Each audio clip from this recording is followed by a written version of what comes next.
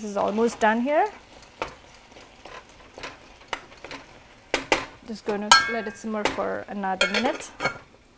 I'm going to transfer this into the other stove in the meantime.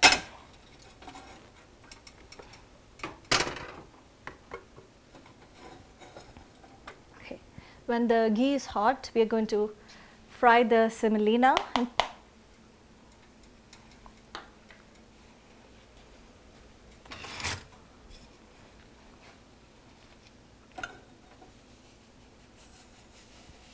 Going to add the whole semolina into it and just going to fry it up.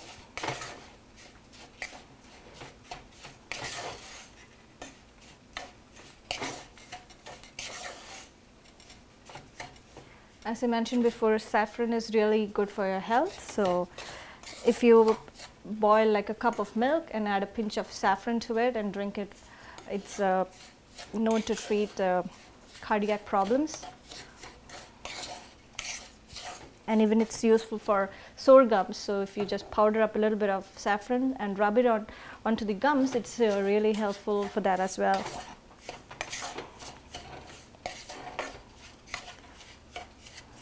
Now you can see that the ghee has nicely blended into the semolina. Just going to fry this for a few more seconds. And then we have to take it out. So let me just take a bowl, take it out.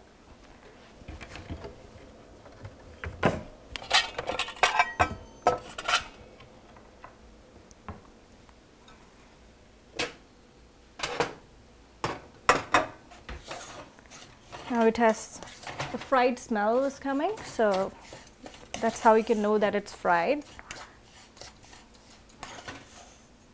Now just take it out into this bowl here.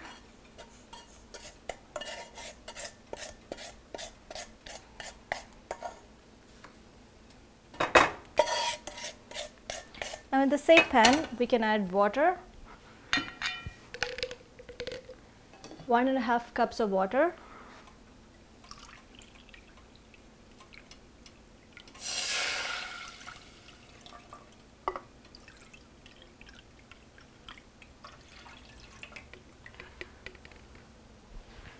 Going to let it boil and we're going to melt sugar. I have 1/2 cup of sugar here. Add it here.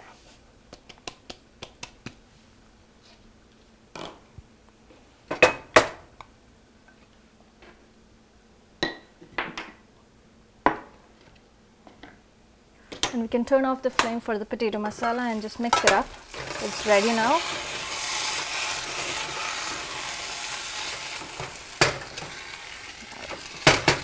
That's ready. Now while this is melting, we can prepare our saffron. So for that, I'm just going to take my mortar and pestle here and add just a pinch of saffron in here.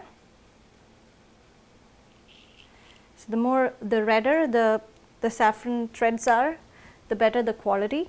So when you buy it, just make sure that you buy good quality saffron, because the good quality saffron has the curative properties. We're going to add just a little bit of water. I'm just going to grind it up. That brings out the color from the saffron.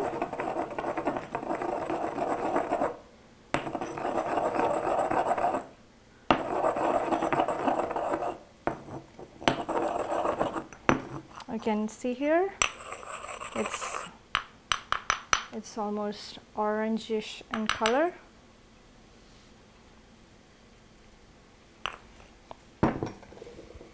Our water is melting here.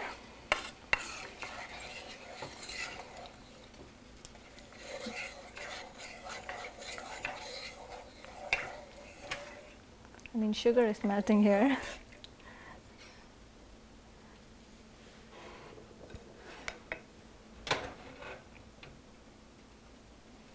Once the sugar has melted, we can add the fried semolina into it.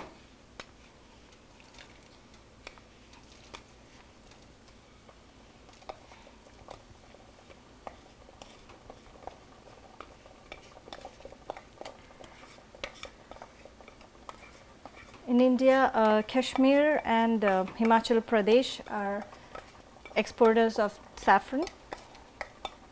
It's believed that in the ancient period, the Persians, when they ruled over India, it's then that they transplanted the Persian saffron into the Kashmiri soils, and it has a perfect, the Himachal Pradesh and Kashmir has a perfect climate for the growth of saffron. So now simmer the heat, and now we're going to add the cashews and raisins into it, cardamom powder, about half a teaspoon,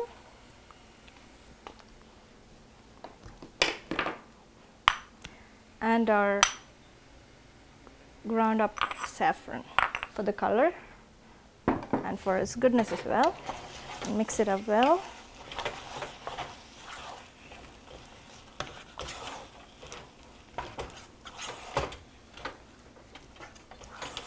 You can see that it has thickened really well. At this stage, we're going to take it out.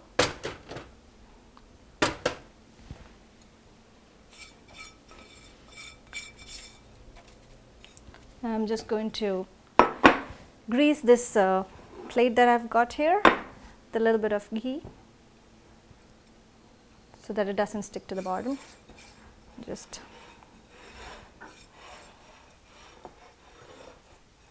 spread it around, and we're going to transfer this into the bowl here.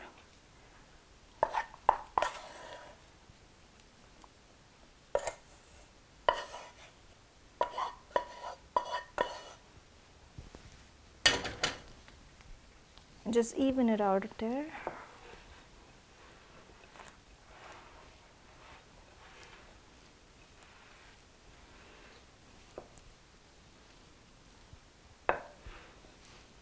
Because we need to cut it into pieces later on, so that's why I'm just going to even it out here. And with your spoon, just rub on the top so that it looks nice and even. Okay. Now we'll keep this on the side. When it rests for about 10 minutes, it will be ready to be cut into pieces. In the meantime, we can start making our puris.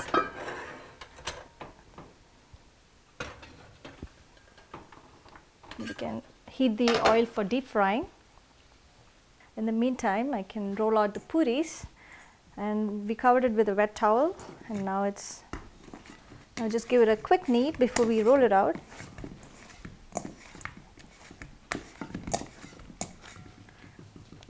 I'm going to make really small balls out of it.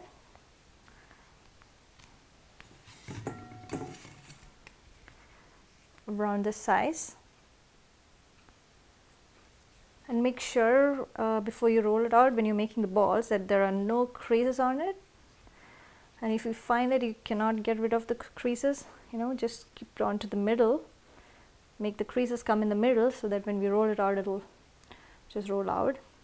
It's important that there are no creases on the sides, because if then the puris will not puff up.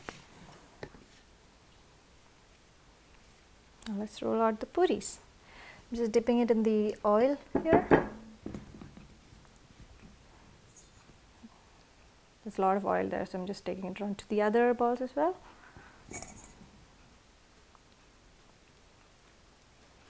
And just roll it out.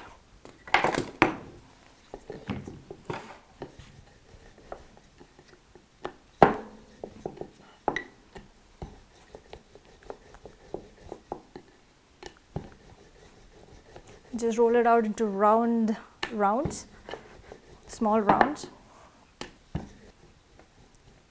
So now the oil is hot there. We can always perform like a dough test. Just take like a little bit of dough and put it in the oil, and it should sizzle and come up and float. So you can make sure the oil is hot. before adding it in. So that was good test. Now you can add the poori into it.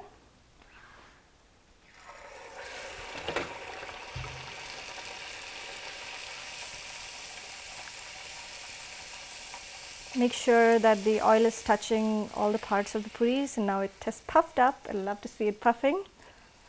And now turn it around and just press it down so that the bottom layer also gets cooked. As kids, we used to enjoy looking at it puff up. Now just take it onto a plate with the paper towels to drain the excess oil. And always make sure that the oil is hot before you fry the puris. And if your puris don't puff up, it means that either the oil was not hot, or the kneading was not done well, or the rolling was uneven. So make sure all these are right, and you'll get your puris perfect.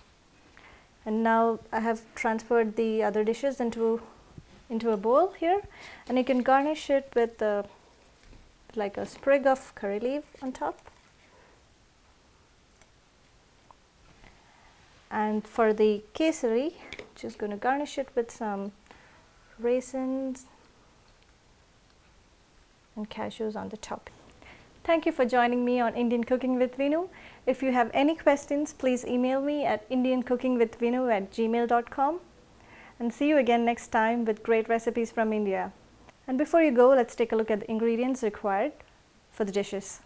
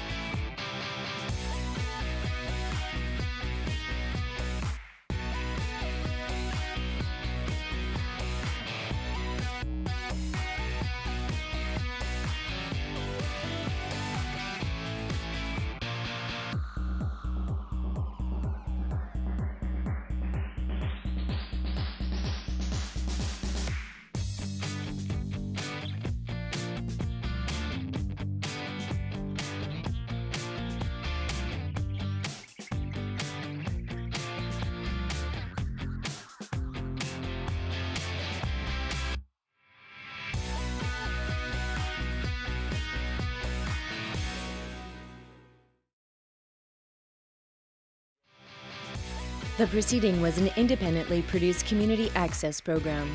The viewpoints expressed are those of the community access producer and do not reflect those of Shaw Cable Systems. The program is presented in response to CRTC policy guidelines regulating community programming.